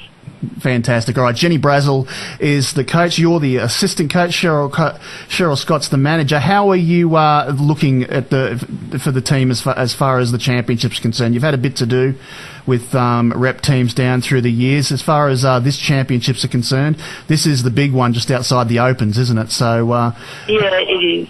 For a lot of these girls, it's their last year at the underage level before they head up to ANL. So. Yep. I think they're really determined to give it a good go. We've got as good a chance as any other team as far as I'm concerned. They've just got to keep working as a unit and bring it together at the right time. All right. And just while I've got you, how is your state league team going? Yeah, not too bad. We've had a few inclusions, exclusions, but we're getting there. 7 girls in the Golden South region are in the state team, so we haven't seen a lot of them. So I haven't really had all 10 of my girls together much at all, actually. So we're looking forward to the next 4 weeks when national program's finished and they can all come back to us before we head on into the QSNL season. Fair enough. I'll ask you about some ANZ stuff. We'll get some tips off you for this weekend, a big weekend of ANZ Championship games. The Pulse playing the Southern Steel over there in New Zealand. I actually think this is going to be quite a close game. I think that the Pulse has started to improve a lot over the last couple of seasons, and still, as we know, are just getting stronger and stronger. Fair enough.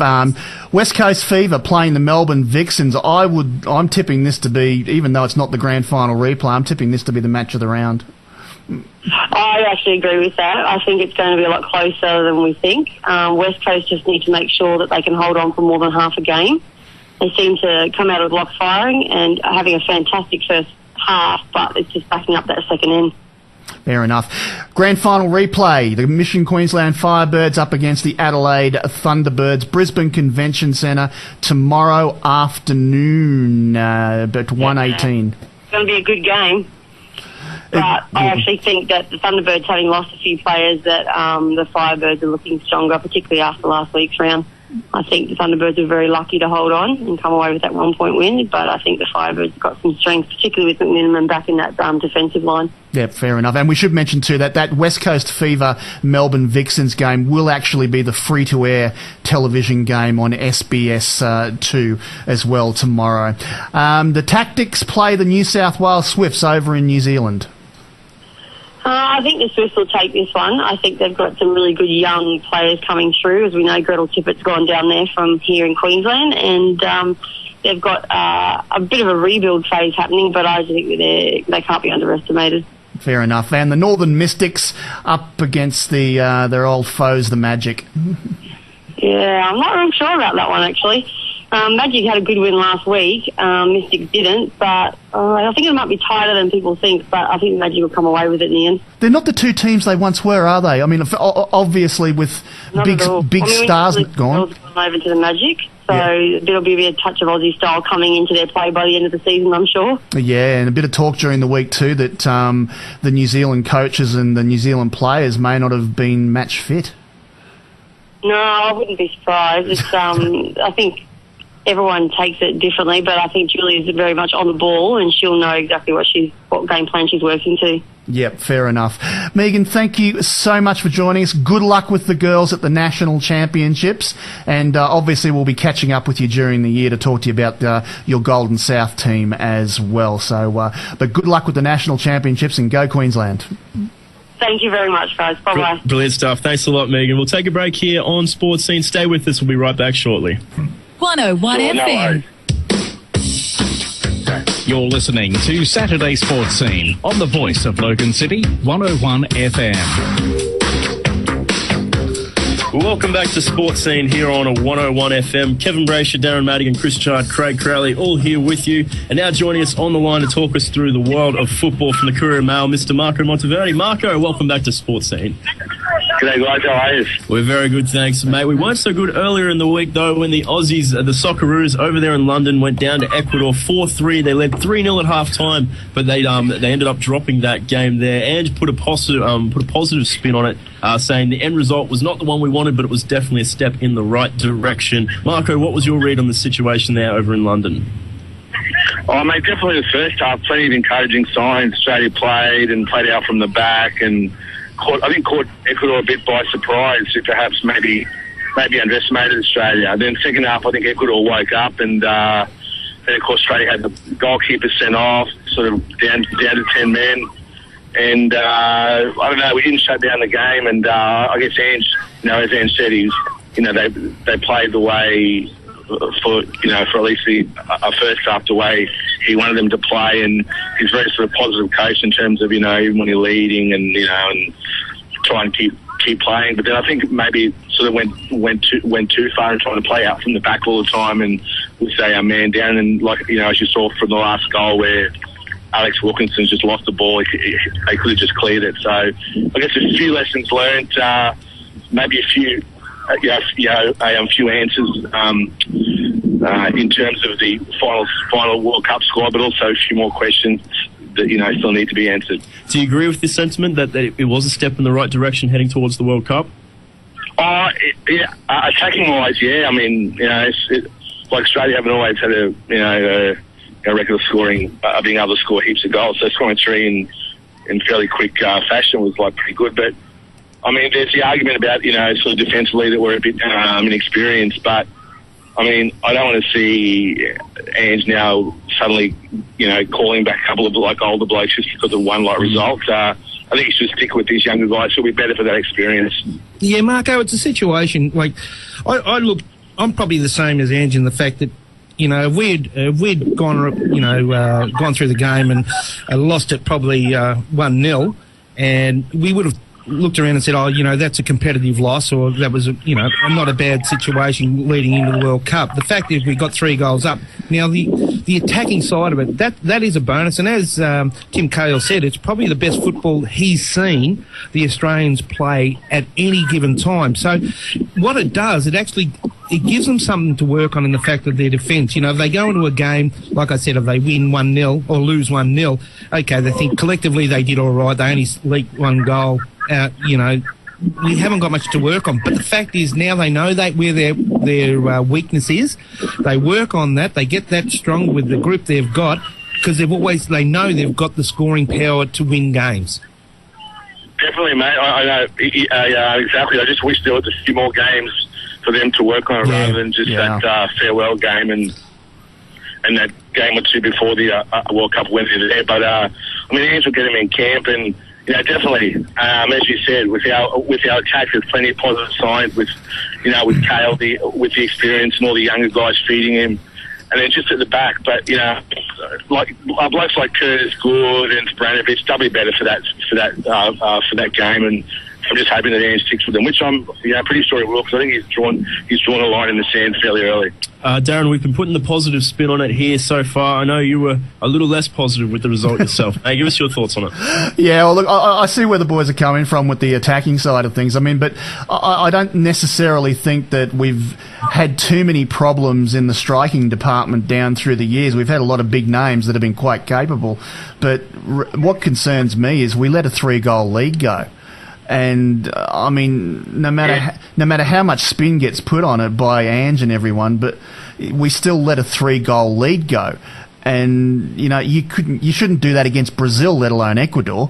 So I don't know. I was very disappointed that we let them back in that much. I didn't expect them not to score, and I didn't expect us to win 3-0, but I certainly didn't expect us to lose the game 4-3 after leading 3-0.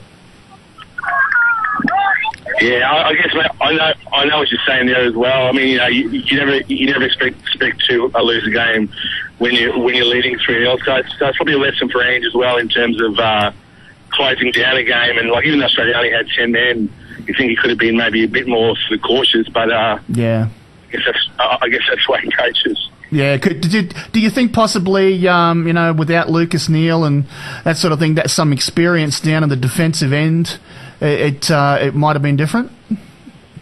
Perhaps, but Lucas Neal is very slow these days. They were extremely quick, and I think I read something today saying that he'd take pace over experience any day. So, when it comes to the World Cup, we're going to need blokes who are quick, because Australia's going to be defending for most of the game in those 3 games. So, perhaps if you can, like Lucas or Sasha, Ogdanovsky, maybe one of them, but definitely not both. They're just having their split, and just maybe like on the bench at the most. But I just hope that he doesn't panic, and I don't think he will. Fair enough. Another big story floating around in my pathetic attempt at a World Cup segue here, but another story floating around News Limited papers at the moment, and also Fox. Francesco Totti, the legend, doing possibly an Alessandro Del Piero and coming to Brisbane in a couple of seasons' time.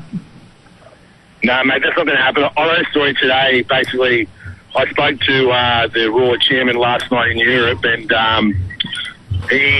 what happened, what he told me anyway, he was in Belgium visiting Raw's sister club there, BC, who are owned by the Baxi Group as well. He reckoned that Italian media found out he was there, or there was like an Italian journal there, and asked him about Del Piero and the effect he had on the A-League, and if you like Totti, and he said yeah, and then he said, wouldn't it be great to see Totti in the A-League, and he said yeah. So then from that it's gone to that the Raw wants him, but he told me that the Raw don't want him, that he doesn't fit the Raw's philosophy in terms of the way they bring through players and the way they develop, but that the type would be good for the A-League for some clubs who need that big name. And Kevin, that's why we have Marco with us, mate, because that story's been all over the internet over the last 24 hours. And thank you so much for that, mate, to set the actual record straight, because that's huge.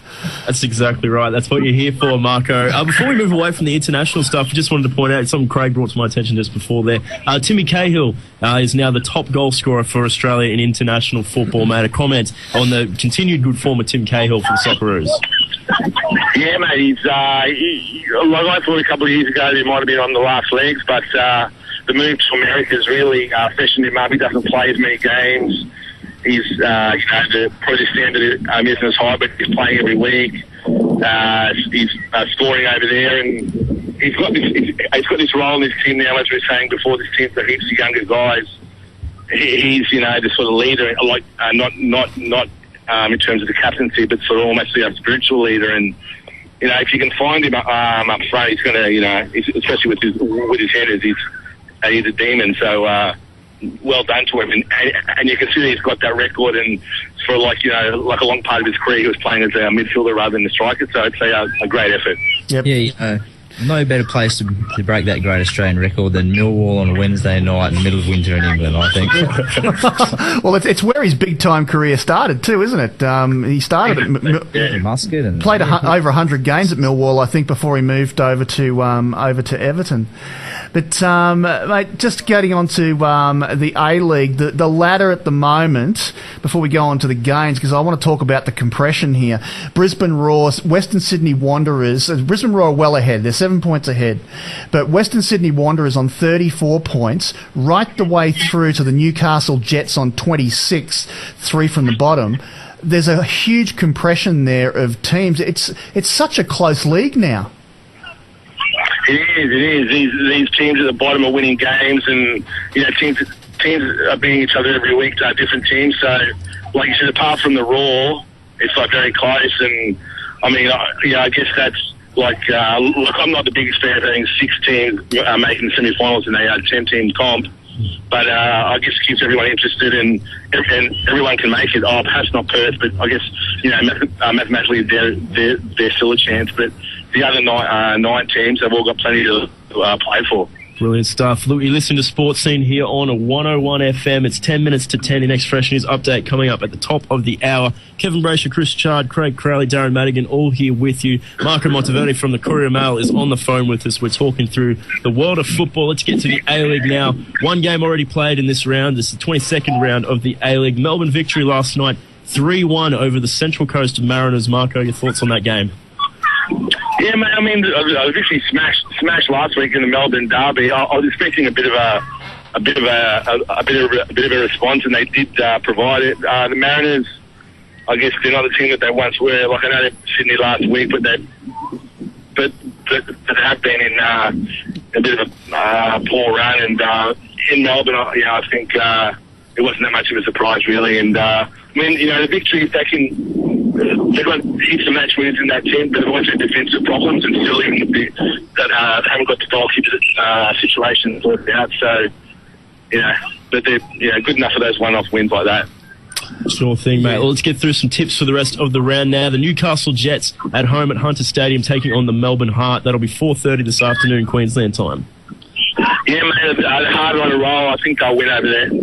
Yep. In Newcastle. Yep. What about the Sydney derby, mate? Allianz Stadium, Sydney FC up against the Western Sydney Wanderers, 6:45 p.m. this afternoon. Yeah, the old derby. I mean, there's all the. It's going to be a sellout. It's going to be a great atmosphere. I think I think the draw in that game. Sure thing. All right, we got Wellington Phoenix up against the Perth Glory at Westpac Stadium tomorrow, mate. Perth Glory, unfamiliar position down there at the bottom of the ladder. They got to go up against the Wellington Phoenix at home, mate. How do you see this one playing out? Yeah, it's the old distance derby. I think it's the longest.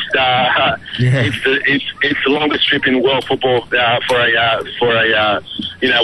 within the comp. And I know Wellington are leaking plenty of goals lately, but I can't see them losing to Perth at home. Sure thing. And the final match of the round, mate, Brisbane Roar at home at Suncorp Stadium, 4 p.m. on Sunday afternoon to Adelaide United. Are the Roar going to get another win and push further ahead on the ladder? I think they will, mate, but it won't be easy. Adelaide have been playing okay lately, and they beat the Roar back here in January. But I think this time the Roar will win. I know they weren't great against Perth, but I think they're slowly holding their form.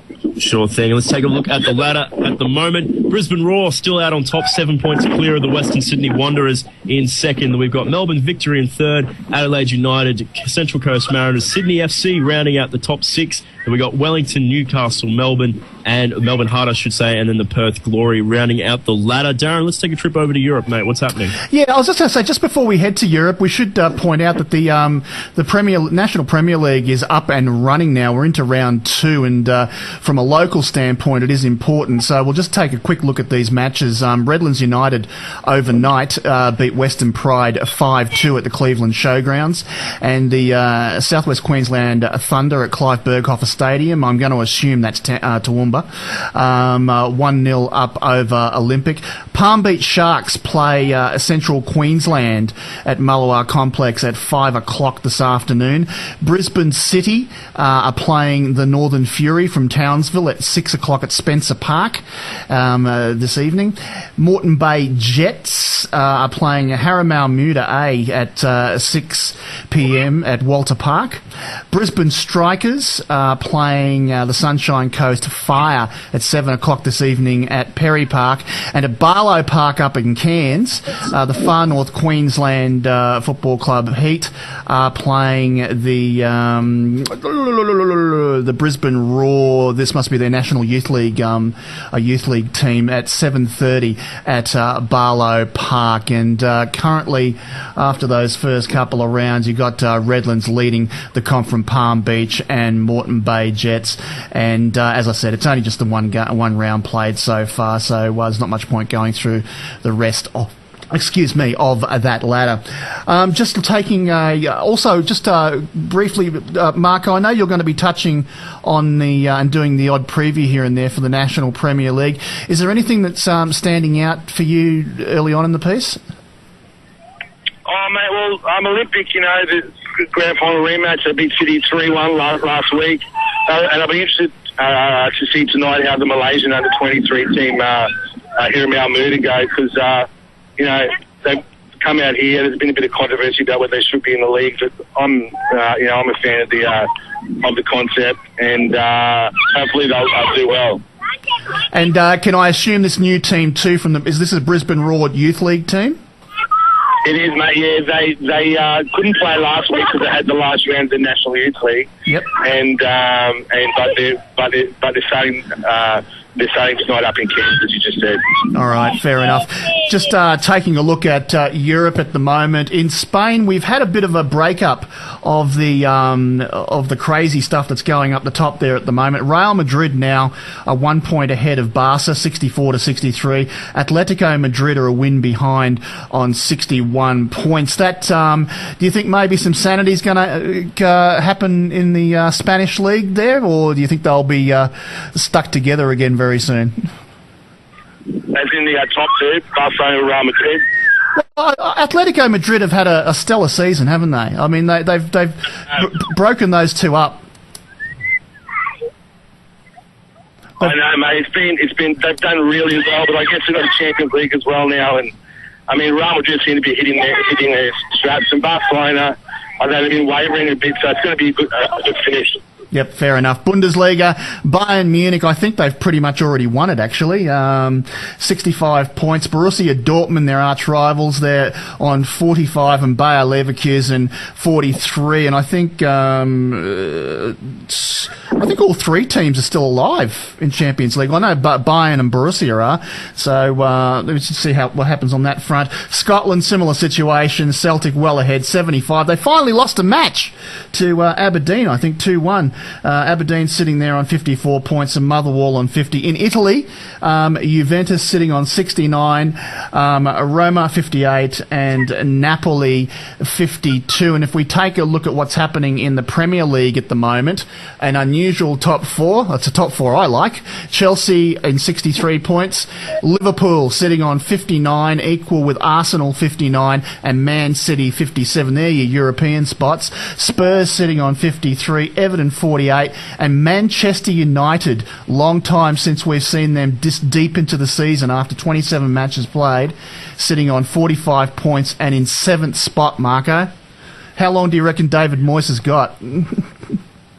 I think he'll be okay. I mean, I think they won't. They'll write this season off and they'll give him another chance. But if the same thing happens next year, I don't think he'll be there for that much longer into next season. It's funny, isn't it? I mean, with that Champions League game where they won 5-0 over Bayer Leverkusen, the public show of support from the hierarchy at Man United was absolutely telling. It was almost like this guy could do anything and not lose his job. But you know, it's almost like the Man United fans are screaming at the moment.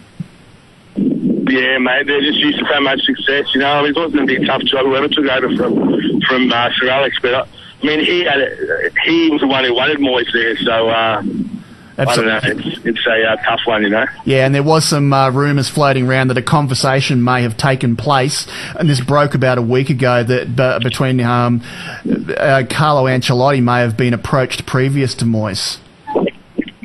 Yeah, mate. Well, you know, there's so many great managers in world football. I think Ancelotti's name might have been a bigger name and sort of pleased more United fans. But you know, who knows? I mean, he's moved around a bit. So if Moyes doesn't do the job again next year, has another bad season, he may come back to England, because I know that his brother was pretty unfairly treated by Chelsea.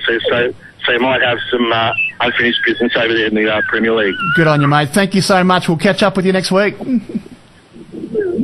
worries. Thanks, guys. Thanks a lot, Marco. Thanks as always. We'll get you next time. We'll take a quick break here on Sports Scene. We'll wrap it all up. 1FM. Come on, that's ridiculous. That's ridiculous. There's got to be an investigation into this. Someone's got to be accountable for this.